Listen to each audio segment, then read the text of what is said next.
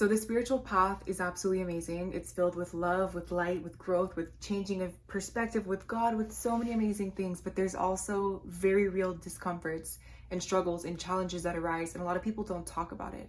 So I want you to be better prepared on your path, so when these things come up, you're aware of it and you know how to navigate it, and you can actually embrace it and use it as fuel and energy to continue to rise into your higher self. So I want to first start off by noting that discomfort is a part of the growth process. If you are someone that is dedicated to your growth, to your ascension, to the rising of your consciousness, you have to learn to embrace discomfort. You have to almost invite it into your life and choose to take on things that your lower self or your normal self would not usually do. And we see the relationship between discomfort and growth in so many other areas of life. For instance, in the gym, if you want to get big muscles, you have to tear your current muscle. You have to do repetitive workouts that don't necessarily feel good, but it's going to give you the results that you're looking for. And even the example of childbirth, bringing new life into this world, which is one of the most sacred, amazing things ever, it also is one of the most insane, painful experiences. I've never given birth, but from what I've heard, my gosh, you feel like you're dying pretty much. That brings me into the first point. In the spiritual path, you're going to continuously experience death and rebirths. There is no rising into your higher self or your next version when you're still holding on to your past version. In order to truly move forward, you have to kill your past self or even your current self. And this self is also our habits, our lifestyle choices, certain relationships, environments, ways of being. It requires you to shed a lot of your past self. And we see this in nature as well, in a lot of different animals like snakes and crabs. As they begin to grow, they have to molt and shed their skin, and they leave their home that they've had for so many years, which is very symbolic for humans as well. The crab, he gets so big that he has to let go of his shell, his comfort, his safety, and he has to go searching for another one that fits him because he's now bigger. And as you grow spiritually, your aura is going to grow. Your energy is going to grow. Your consciousness is going to grow. Therefore, the things that you once did no longer can house you, can hold you. It won't be comfortable. So as they grow, they have no choice but to shed their skin, but to let go of their shell, which is their comfort. And this is symbolic to our identity as humans. The death and rebirth process is you killing your personality that is keeping you on a lower plane of existence. As you rise in consciousness, you have to completely alter your perception. And your perception is what builds your personality. It's what builds the way that you show up in life. It's how you perceive this world. So when the snake sheds its skin and the crab outgrows its shell, they go through this vulnerable period of searching and growing their new skin and finding their new home. And you will do that too in your journey continuously. As you grow, you're going to change. And this shedding of the skin, this releasing of the shell, it's the most glorious process, because what you're doing is you're finding your way home, back home to your true self. The self that was not traumatized by your parents in this world and the media and all these limiting beliefs that we put into our mind based in fear and doubt. You're making your way back to your spirit, to the version of yourself that exists in unconditional love, in truth, in peace, in the beautiful reflection of God. That is what the death and rebirth process does. But it takes time. It's a gradual thing. And I tell people all the time, I have died so many times in this lifetime. I've shed so many versions of myself. It's not easy to let go. It's not easy to choose to step into the unknown. The more that you surrender to the death process, the quicker you shift into your rebirth. And the rebirth is the most delicious experience ever. As I said before, you're coming back closer to your true self, to the genuine alignment of the mind, body, and spirit, to really living a life of authenticity, of freedom, of purpose, of love, of truth. You're stepping away from like the pain and the suffering and the illusion of this world, and you're going back into oneness and into truth. The main tip that I can give you in your death and rebirth process is simply to surrender.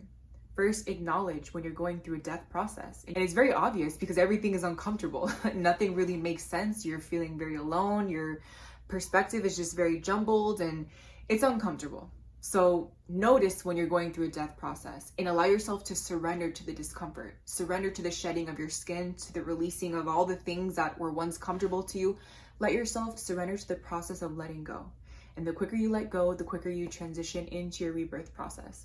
And I love that quote that's like, let go or be dragged. So this is your reminder to let go quicker so you can then easily transition and flow into your rebirth. And the more that you do this, the more you get the hang of the cycle and it becomes this beautiful dance. On to number 2, drastic lifestyle changes. Whether you want it or not, your life is going to change as your consciousness expands. Majority of people, the things that they do on a daily basis are very unconscious, and it's very damaging to the mind, to the body, and the spirit. And as you wake up, you're going to start to notice this. You're going to start to make changes because you no longer want to hurt yourself. You're no longer going to want to entertain certain choices, thoughts, people, and things that keep you asleep, that keep your vibration low. You're going to want to start to do the opposite. You're either going to gradually or very quickly change the way that you live your life. And some main points in where we see this is in the appearance.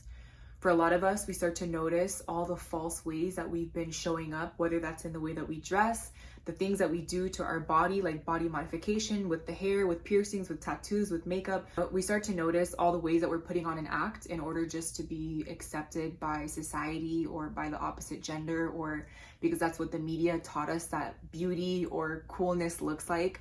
You'll start to notice all these false things, and you're just gonna have a desire to be more authentic. And again, that process can be uncomfortable of allowing yourself to be authentic, to express yourself how you want to express yourself, to dress how you want to dress, to act how you want to act. It can be uncomfortable, but it's through that discomfort where you discover your true self, and nothing feels better than being able to unapologetically be you and to shine your light.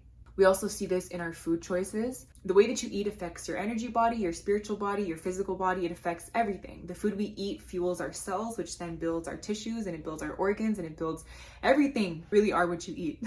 So as you begin to wake up, you're going to want to eat more high quality food. You're going to be much more intentional about what you fuel your body with, because to realize your body is your temple. Your body is the home of your consciousness. And if you want to rise higher, you have to make sure the mind, body, and spirit are all fueled properly. They're taken care of. They're treated with love. So then be the perfect home for the ascension of your consciousness. Your hobbies will change, your interests will change. You most likely won't really be into a lot of the matrix things like being in the club and drinking. Again, nothing wrong with that, but there are certain things that just traditionally lower your frequency based on the people that are there and what's going on and the intentions behind those actions.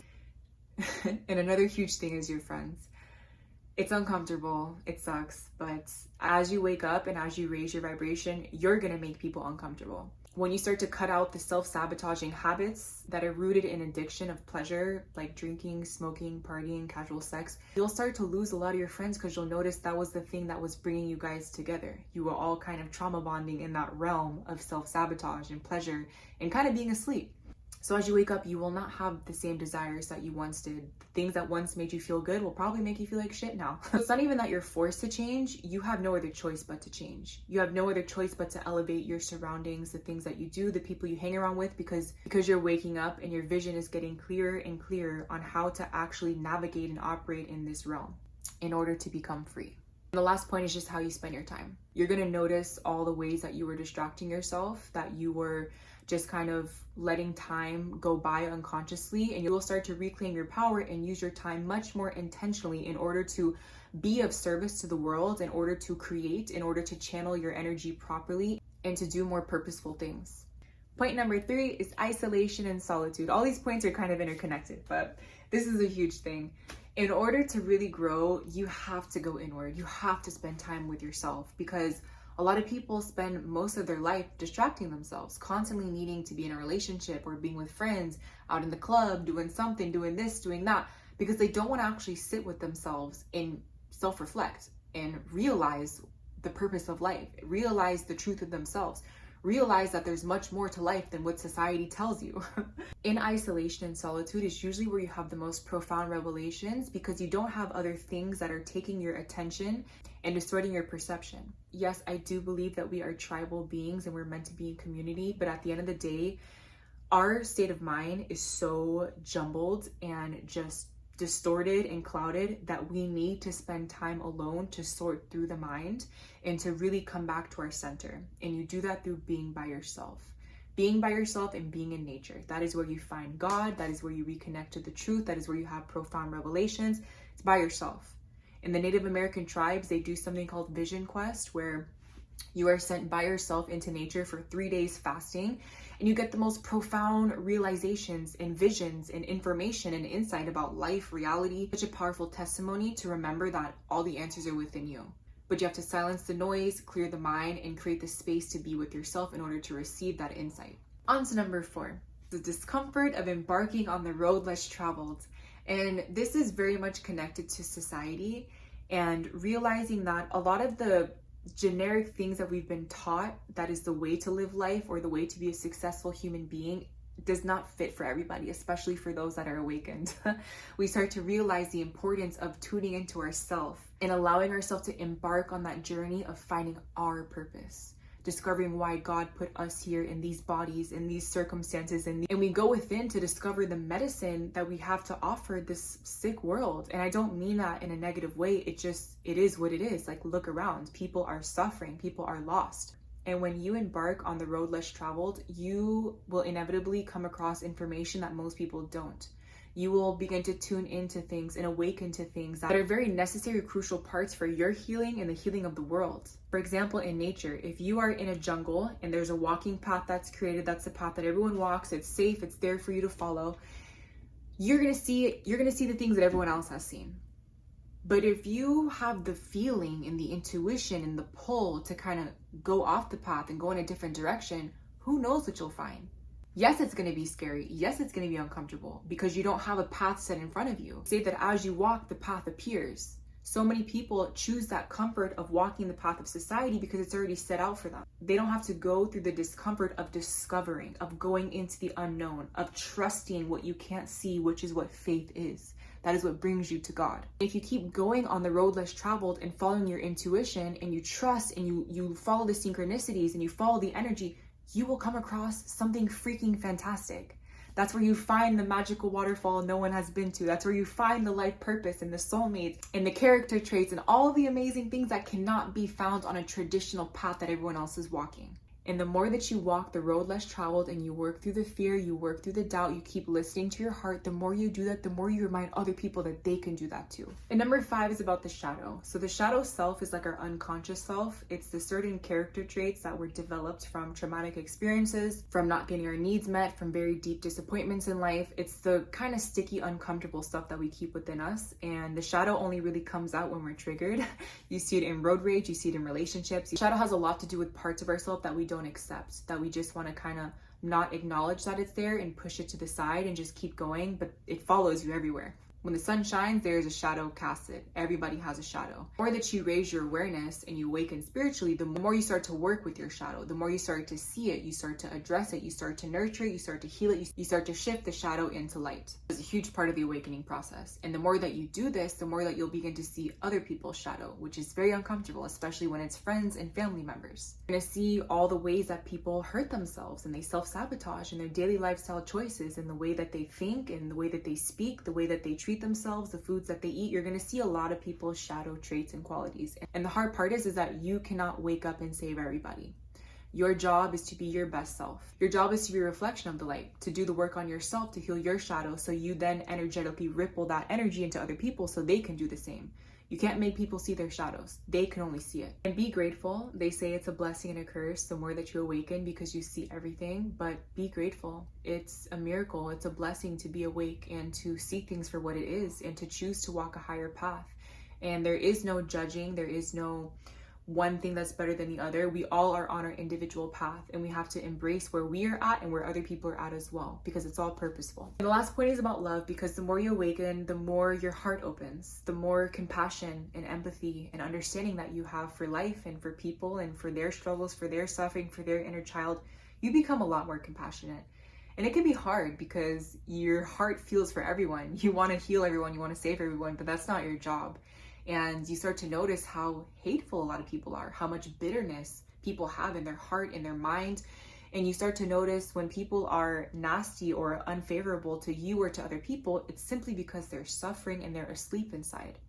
Anyone that acts really bad, that hurts other people, they're hurting themselves. They are hurt inside. They are unconscious. They are asleep. They're so asleep that their consciousness has moved into that darker realm. There's a lot of hate, envy, jealousy, bitterness, and you just want to pull people down into that. It's uncomfortable when you witness that, but your job is just to stay in the frequency of love and remembering that everyone is on this journey of awakening. Everyone is on this process of coming back to love. Some are further than others, but again, everyone is exactly where they're meant to be. A lot of the times we get so caught up in this world and all the illusions and all the distractions that we forget to love. We get so caught in the mind, we get so caught in our own stories. And I did put a little note here about synchronicities because I feel like it's very important to talk about, and just how the universe and God and the world is communicating to you constantly, but you have to be aware of it. Every circumstance, whether it is positive or negative, and I put quotations because everything is what it needs to be. Everything is communicating to you. Everything is helping you to grow and to awaken and to raise your level of consciousness. You have to first choose to believe and understand that. And once you do believe and understand that, you'll start to notice it. You'll start to see everything as a teacher. Even the hardships, even the shitty situations, even the misfortunes, all those things are so divinely created for your awakening, for you to have more love, more awareness, more truth, more compassion, all the amazing things. It's all purposeful. Everything in life is purposeful. Okay, that's all I have today. I don't want to keep yapping, but I hope that you got some gems from this video. If you have any questions or comments, please leave it down below. I love you so much. Happy awakening. Much love, many blessings.